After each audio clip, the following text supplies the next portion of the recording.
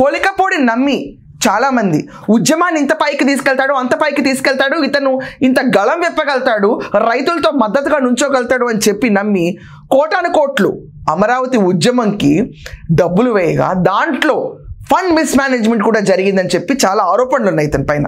కొలికపూడి పైన disciplinary committee కూర్చుని ఆఖరికి అతనికి సర్ది చెప్పే ప్రయత్నం కూడా చేశారు. టీడీపీలో పార్టీ గెలిచిన తర్వాత కొలికపూడి ఒక ఎమ్మెల్యేనా అంటే లేదు, ఒక సామాజిక వర్గానికి గ్రేట్ వాయిస్ కింద ఉంటాడు. ఇదంతా కాకుండా అసలు డబ్బులు అనేవి లేవు కొలికపూడి దగ్గర. కొలికపూడి దగ్గర రూపాయి లేనప్పుడు ప్రజల కోసం నుంచున్నాడు. ఇన్ఫ్యాక్ట్ అమరావతి ఉద్యమానికి కోటాను కోట్ల ఆస్తి పోగొట్టుకున్నాడు ఇట్లో పార్టిసిపేట్ చేయడానికని ప్రతి ఒక్కళ్ళని నమ్మించారు.